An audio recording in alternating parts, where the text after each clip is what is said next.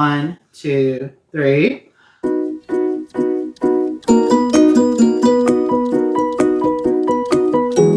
Hi, I'm Andy. And I'm Rich. And welcome to Get Gaming, the channel all about board games and cabbage. That's right, exactly. We love cabbage. And today we are going to be doing our monthly stats for the month of January. I don't know when this video is going to be posted, but it's currently March, and maybe by the time this is posted, it might be April, so you might be wondering why we're doing January. So I just started in late December logging all our plays. I finally gave in, to the list of things when you get really deep into board games. The stereotypes are you just start logging your plays. And maybe this year I'll start sleeving my cards, but the jury's still out on that one. So I started logging our plays starting in January. So at the end of the year, I'm hoping we can do a retrospective of all the games we played in 2022. Yes. So to make that a little easier, I wanted to track our progress along the way. And also, I wanted to just kind of see what got plays every month, what's getting to the table, what's not, how much I'm playing on BGA versus how much we're playing together.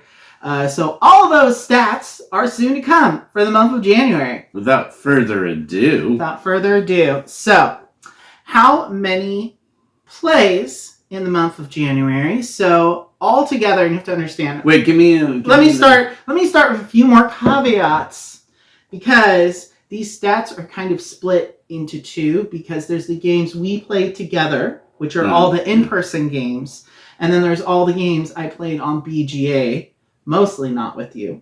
Though in January, I did force him to play quite a bit, so there's overlap between those two stats, and also my solo plays have some overlap with both those stats. So I'm going to try to break it down as succinctly as possible, but just know that there will be overlap between some things. So if anyone's checking my math, just know that this isn't like something generated on like the BG game. I think there's a BG Plays app where you can log all your stuff and it calculates a lot of statistics for you. So these are all my own statistics that I entered by hand in an Excel sheet, which is right here.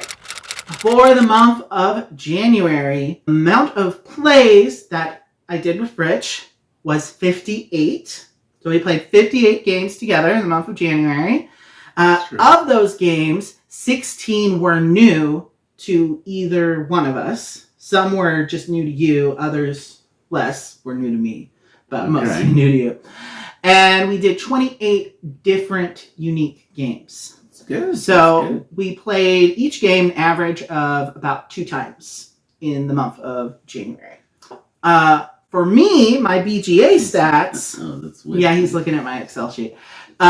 I played 72 games on BGA in the month of January, 35 different games, and of those games, 13 were new to me.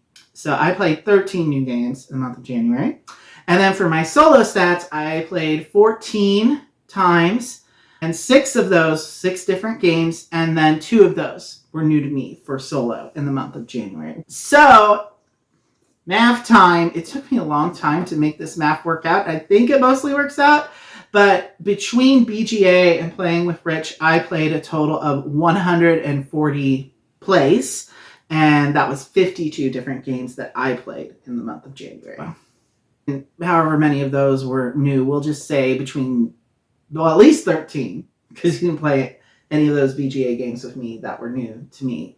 So we'll say it was 13. So, are you how does that feel, 58 games in the month of January? I knew we were playing a lot of games. Yeah, because we were playing, if you do the math, that's an average of almost 2 games a day. Yeah, I remember. Right. We've kind of slacked off a little bit because we're recording. I mean, seriously. We didn't do any recording in the month of January. No.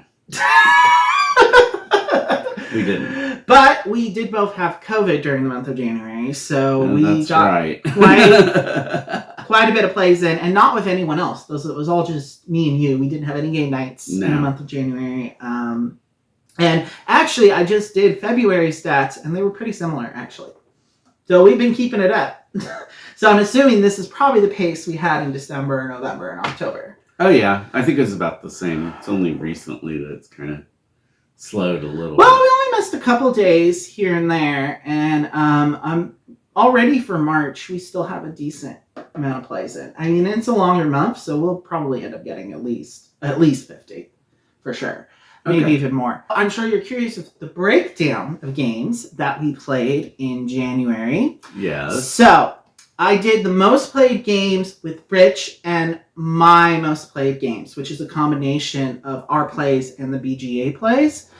And so most played game in the month of January for us was Happy City, which we played 8 times together. Love that game. Loves it so much. What do you love about that game? It has an easy setup. It's easy to get in and out of, yeah. I like the way that they refresh the. I guess are those tiles? I guess they're tiles. Yeah, the cards. But they're heavier than cards. They're cards.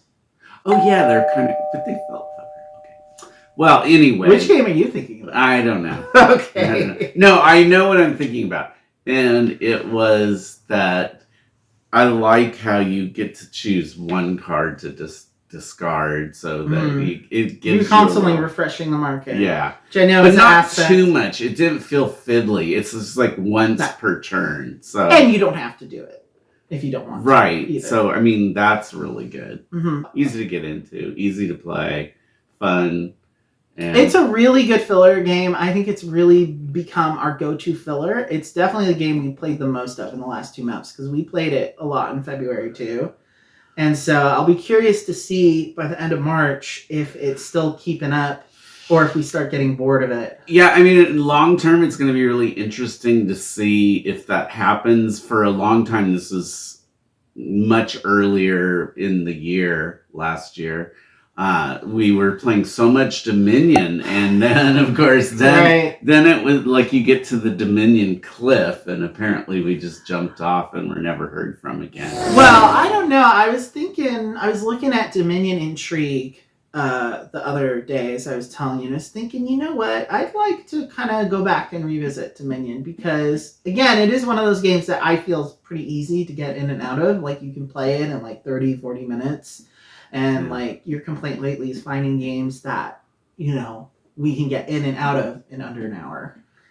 It's part of it because, you know, sometimes you just have to run like we did yesterday. And the easier the game is to set up or take down, it just helps give you more time to play. Second up, with a total of 5 plays in the month of January, was Zombie Teenz. Your favorite game. I know it's your favorite. Keep in mind, anytime he says something is my favorite, it's not really my favorite. It's not really his favorite. It's not really my favorite. So but I do like that game.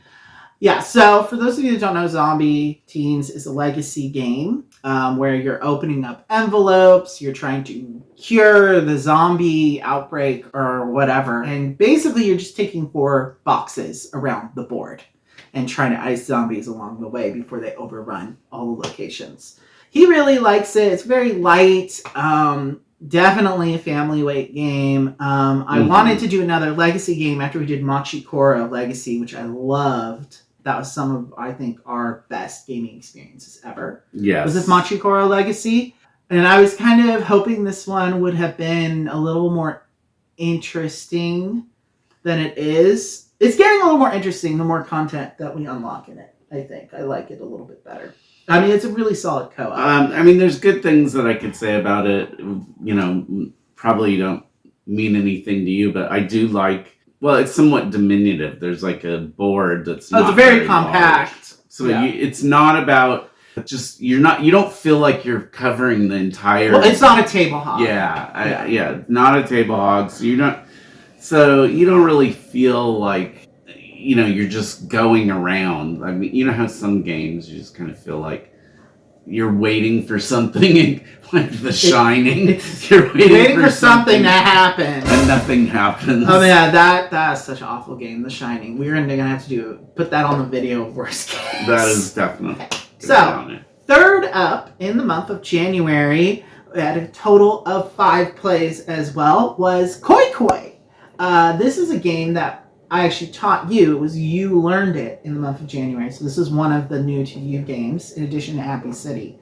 And I was surprised how you went from 0 to hero card counting in like you became so good at that game so quickly because we were playing it quite a bit.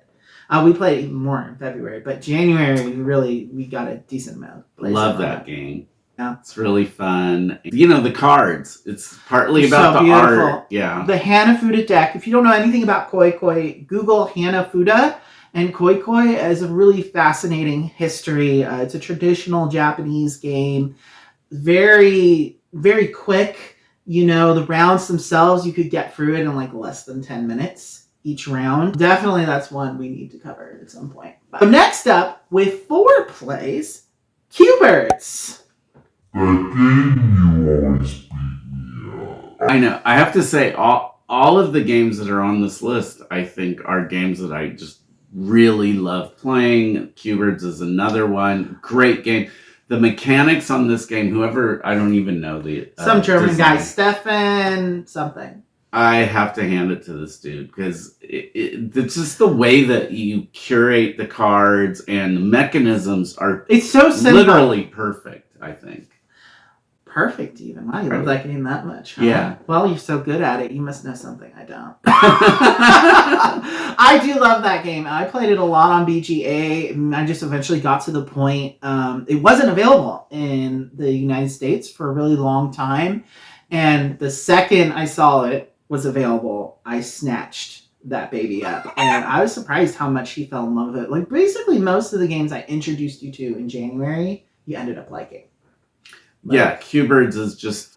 I think it's a game that it has a lot of replayability. It does. It's very addictive. Yeah, because you're just kind of moving the birds around and you're picking up birds, you're flying birds. And sometimes you're using birds that you really want to collect, but to get other birds that you have more of. So the game state is constantly changing in Yeah. that game, which is one of the really cool things I think about it. It feels very organic, and you get this sense of birds flying to and fro. It's true. It's true. But the one thing I will say about this is that I think what makes this game so good is that you're not in any, puzzlement over how to win the game. It's like really got a simple... Unless you're me.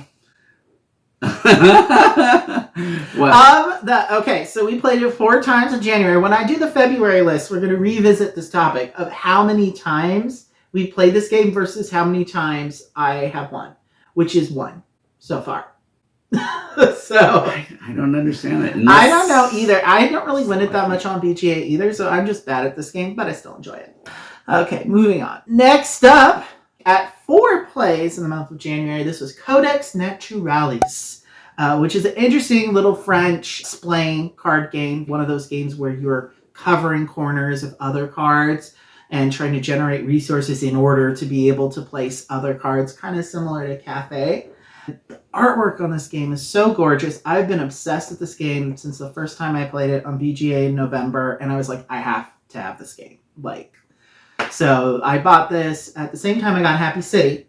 Yeah, and we haven't played it as much as head-to-head. Oh, yeah. Well, they're both real quick fillers you can do in less than 30 minutes. Right. Though I think for us, when we play Codex, we usually take about 40 minutes. More than 30. Right. It's a little longer. But I love this game so much, and maybe it's because I'm better at it than you, whereas you're better at CuBirds than I am.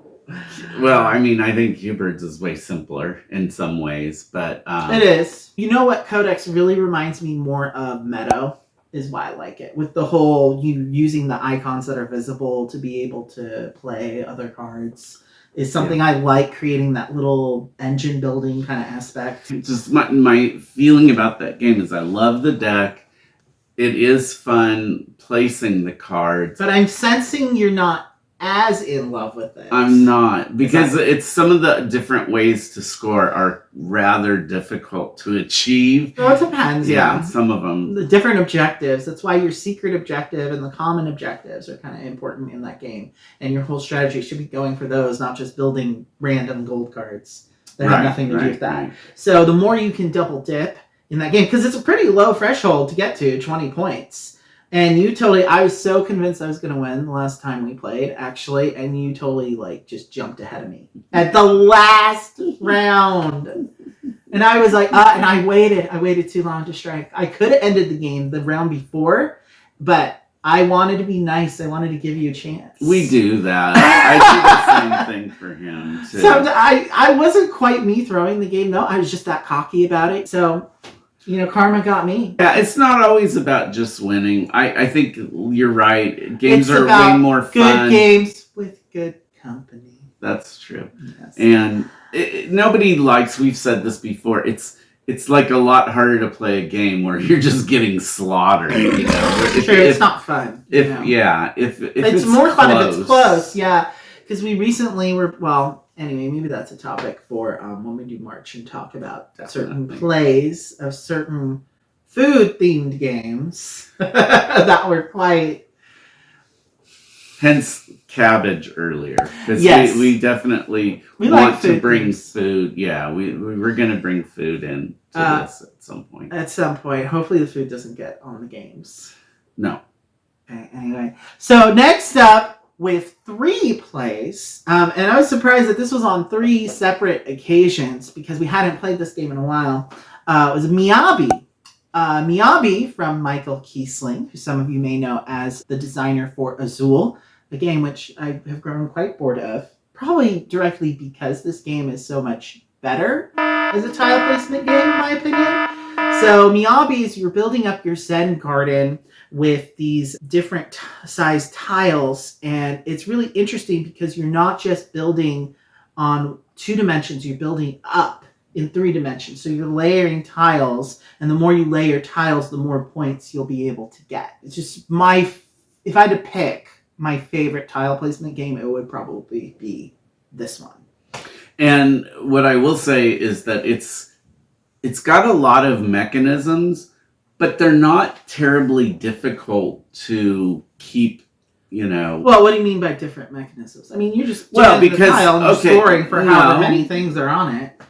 Well, and then times whatever the level there's is. the other things you get points for as well, though. Like biggest open area, but a lot of the scoring things. A lot of those scoring things are the only advanced variant stuff, though. We just do that stuff because we like to mix that in. That's what I'm saying. Is I think this game, among all the games that we play, it has probably the most intricate kind of strategy elements packed into like the simple. It's literally like a diamond in the rough. Who disturbs my slumber? It's not difficult to play at all. It's so underrated. I don't really hear that many people talking about this particular game, other than maybe a few people. So it's definitely, if you like tile placement, and I'm not sure it's really polynomial per se. I mean, they're all rectangular or square tiles. Right, no, it's not. There's like some L-shaped ones, but it's really more about that 3-dimensional building upward.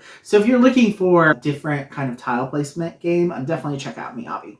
So next up with 3 plays, and I can't even believe this made it in the list of top 10 most played games, just because we don't play a lot of games more than once or twice in a month, but it was Shut the Box, otherwise known as Canoga. It's not so much a game as it is just...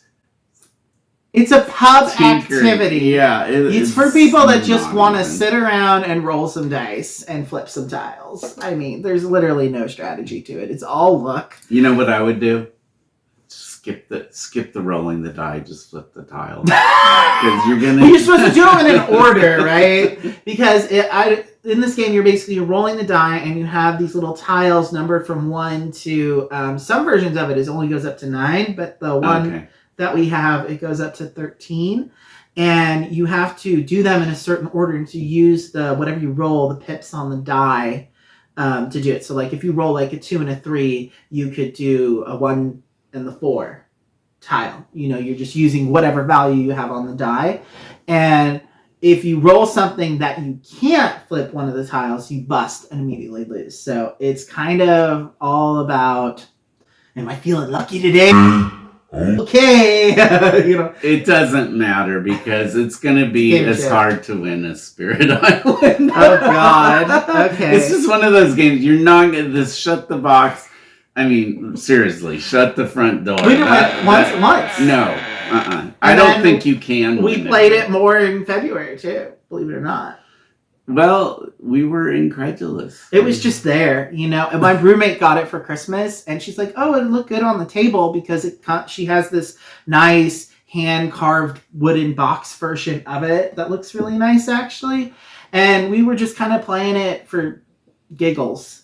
So keep it in mind for relatives at holiday Grandma. time that you don't really care. Like maybe it's like my niece giving me the butt pillow.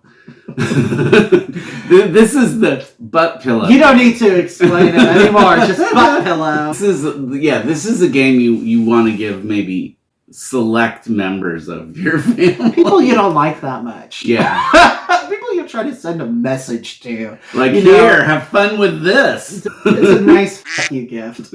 Next up, with 3 plays in the month of January, played it 3 times in a row.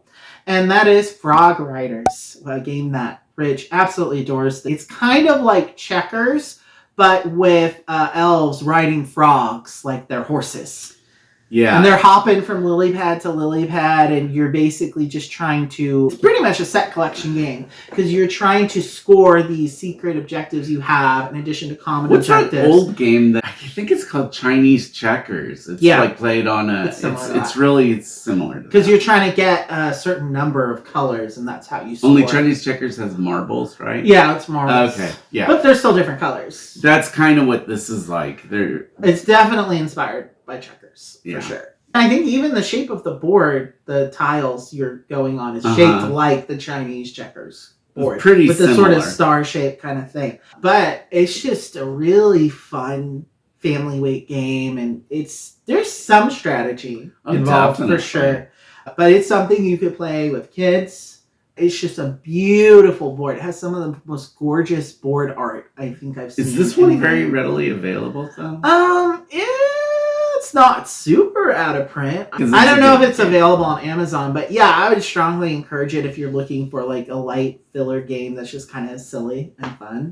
Plus, it's a great game for friends that like to play games, are not terribly serious, and like... Right, it's real good for casual gamers, but Yeah. I think there's enough to keep a more serious gamer interested strategically, because there's a lot of maneuvering you can do on the board with your your army of frog steeds. Amphibous steeds! That's what they should be called. Your amphibous steeds.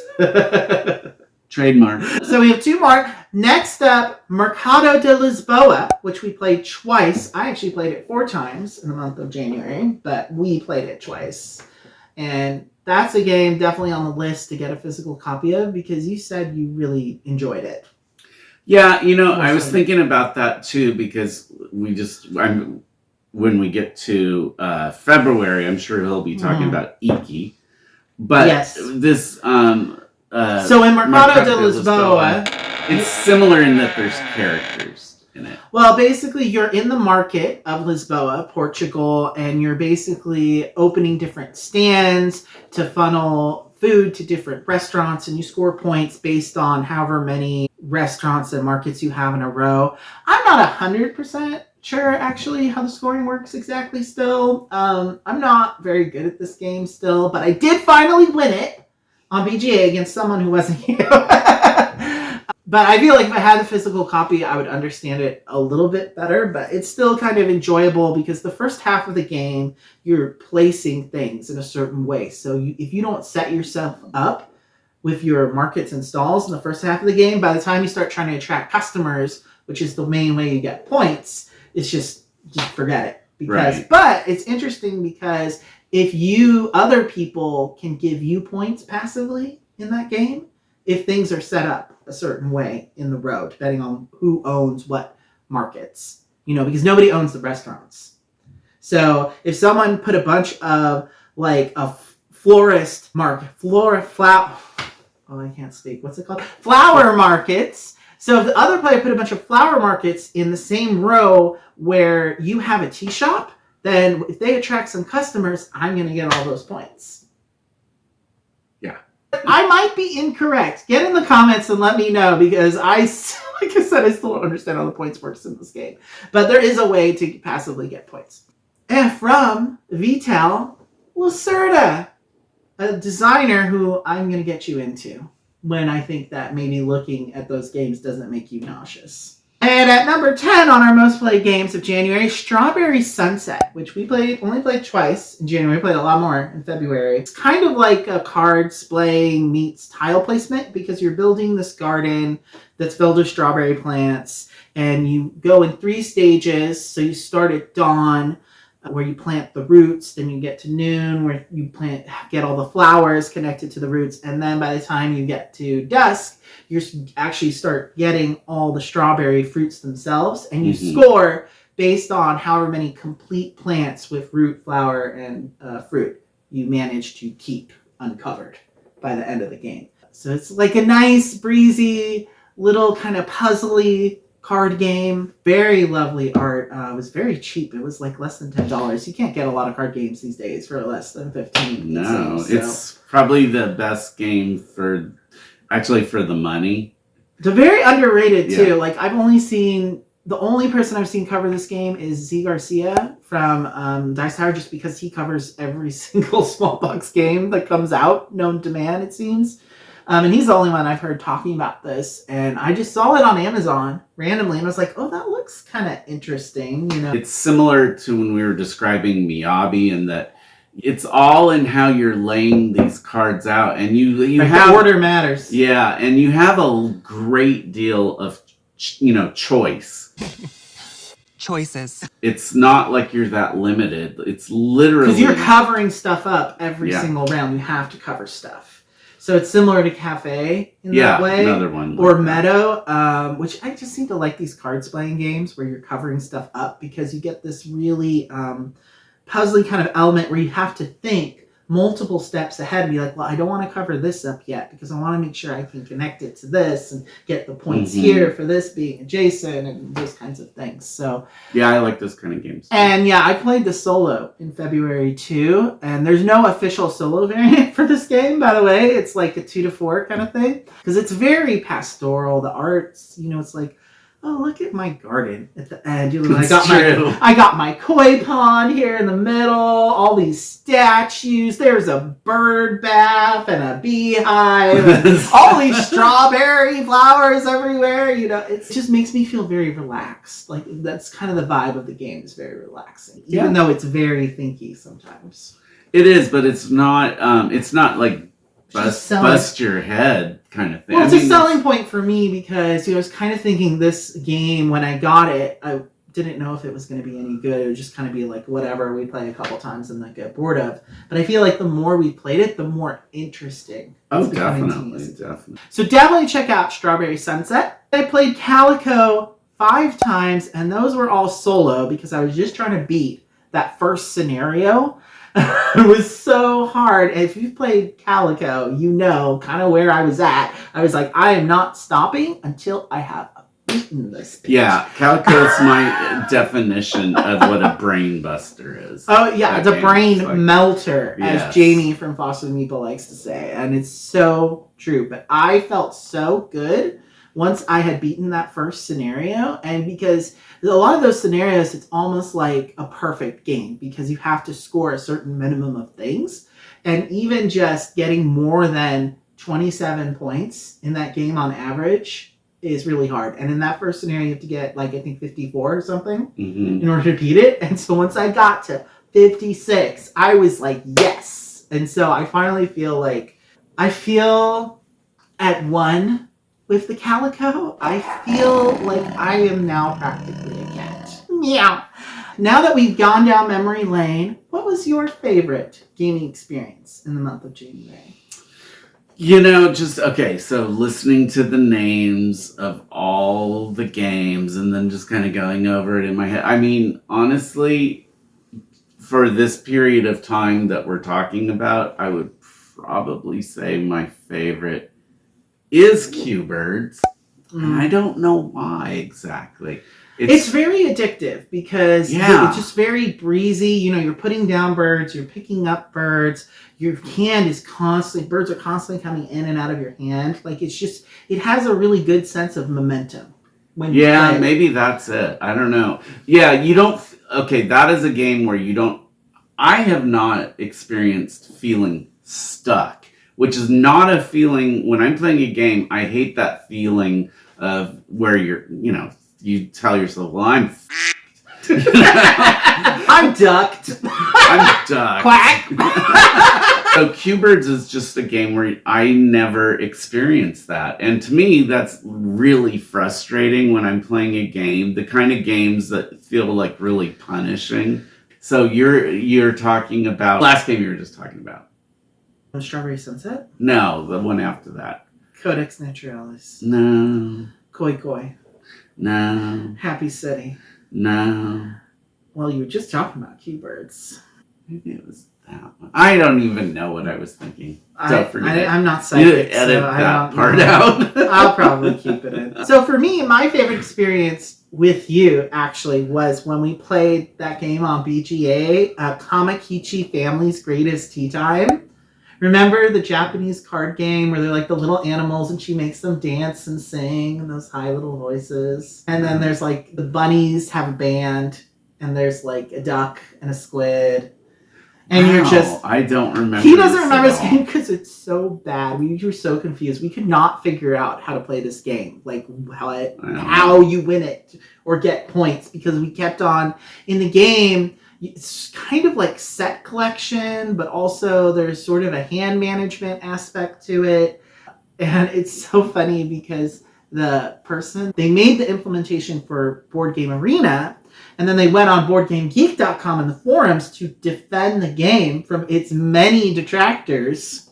And it's like, I don't understand why people don't understand this game. And I'm like, okay, well, you're the one that made the implementation, so why don't you try to explain it to us? And you keep getting meat. And if you get meat in the game, you lose points. And the way you get points is by collecting sweets. And once you have enough sweets for your tea time, so you're basically using these animal cards in your hand, and you have to play a certain amount of them in order to get these treats. But there's a way that you get kind of penalized if you can't play something. Is this coming back to you at all? No, but I do remember. I mean, not concretely. It's like one of those kind of creepy kawaii kind of things. Like it's supposed to be really cute, but they're actually like really creepy. I don't know. And I showed you the music video. There's music videos that go along with these animals, by the way. They're like, okay. We're going to have to cover this game and then get into more in depth in this because it sounds fascinating. I'm sounding crazy right now trying to explain it. But if you want an unusual experience of a game, you could go on to BGA and play Kamakichi Family's Greatest Tea Time. We had some interesting rediscoveries this month, actually, that I want to mention real quick because we played Splendor again for the first time in months. We hadn't played it since we went to New York in June, I think.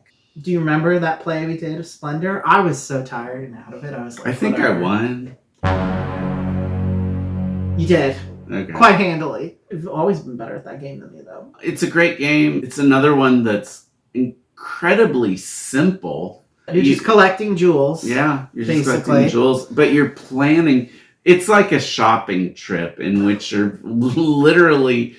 like interesting metaphor. Planning how you're gonna spend your goods. It's really all about managing your jewels and also the engine building of getting those cards that you can use in place of the physical jewels. So the more of those jewel cards you collect that generate that stuff for you, the easier it becomes to get the points that you need in order to win the game. In one respect, it's sort of similar to Dominion, only it's more about the gems. It kind of has a similar vibe. And that was one of our gateway games, for sure, after Dominion, or nosedive games. But I think that's why we did play Splendor quite a bit when you first got it, but it slacked off a great deal, and I think it's because of its similarity in some ways with Dominion, and we just did that so much. We got so bored with Dominion, after a while, because we played it, like, every time we were hanging out with Celia, it was either that or Seven Wonders. I know. Carcassonne became persona non grata after a certain New Year's Day spat. Anyway, that's a subject for a later time. And then we played Frogriders we hadn't played in a while. So that was a rediscovery in January. I was like, oh, why haven't we played this game? So there's a couple that you haven't mentioned that I'm kind of curious, and maybe they came up more in February, but one is Meadow you didn't mention, did you? Well, I mean, did we play it together that much? I think we didn't play it in January. See, that's kind of surprising because I think in the run-up to maybe Christmas, it seemed like we were playing Meadow quite a bit. I still am so in love with it. I played it just recently this week. So it's a game that I really like, but he loves it. I would just say you had a bad experience with it the first couple times because we weren't shuffling the cards. Oh, yeah, make sure you... It is a game, when you're playing it at 2, it's really hard to flush out the market consistently, because you only totally flush out the market once in the middle of the game. Okay, so this is... So it's going to be hard to get the things that you need if they're not coming out in the right order sometimes. Because when you're playing it at 2, if I spend half my time, doing the special actions and not taking stuff off the board, then you can get kind of stuck with it. And then the other game that you didn't mention, we certainly have played a great deal, is the Tea Dragons Autumn Harvest. We played that once in January, which we haven't played it as much recently because I was getting a little bored of it. I thought that. I like it at multiple players. I don't like it so much at 2. Like, I feel like it just becomes a little too stressful trying to race to get those memory cards before you can snatch them all up. Yeah, okay. Because you're not going to be able to get one of them. So you're like, spend all this time trying to wait to buy them. Then you get that one, and then the one I wanted goes away, and then we're in the next season. It's just kind of... I don't know. Oh, okay. Now, you see, when you're... It's a fun little deck builder, It is. I do like it. It's so super cute. It is very cute. Those little baby dragons are so adorable. They fit in a little teacup. I totally want one. I want a tea dragon. You're my tea dragon. I know. So that was everything we played in the month of January. Well, not everything. Obviously, I didn't go through the full list of, every single game. But we hit all the heavy hitters. Yeah. And so, please drop in the comments. Let us know what were your most played games in January. Except if you're seeing this in April, I don't know if you'd be able to remember that. So. Just your favorite games. Well, yeah. What are you... Past 30 days. Past 30 days. What were your favorite, most played games? Everyone loves stats, so we'll definitely continue to do this each month. Hopefully next time we post it will be a more recent month. But if you like what you see... And how can you not? Like and subscribe. Yes. I'm going to try to edit this into something that doesn't make us seem totally awkward. I am a little baked today. Until next time, this has been Get Gaming. Get out there and play some board games.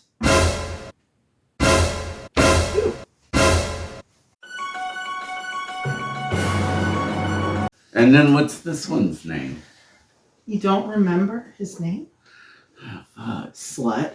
His name's Carl Friedrich. Oh, yeah, KJ. Johann Von Rosenberg. I was going to say Von Lizardorf. Lizardorf. I hope I'm in the frame. Can you actually go and check and see if I'm in the frame or not? No problem. Okay, thank you there, Gilbert. I wish these guys were in the frame. Hello. Hello, it's little dinos. Then they're getting all intimate with each other.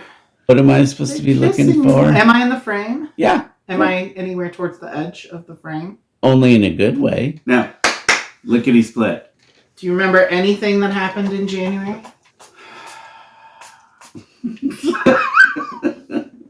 That's a no. Maybe I'll ask this question at the end after I've reminded you and jogged your memory about things that happened in the Jurassic. What, per your current memory, would be your favorite gaming moment of January 2022? My favorite gaming moment would be playing games with you. Aw, what a sweet, general, and very lazy answer. Just vague enough. This is going to be a trip down memory lane. We're definitely going to jog your memory about some things. Because if you asked me, I would probably say, I'll say later, but I know what it is. Now you got to wait. Whoa! Because your answer was very sweet, but not what I was looking for. I swear to God, Get lost without it's required if you're a board gaming YouTube content creator, you have to be drinking bubbly while you're doing the videos. Seriously, I love bubbly. And I am unable to quit as I am currently too legit to quit. That's me, Andy Legit.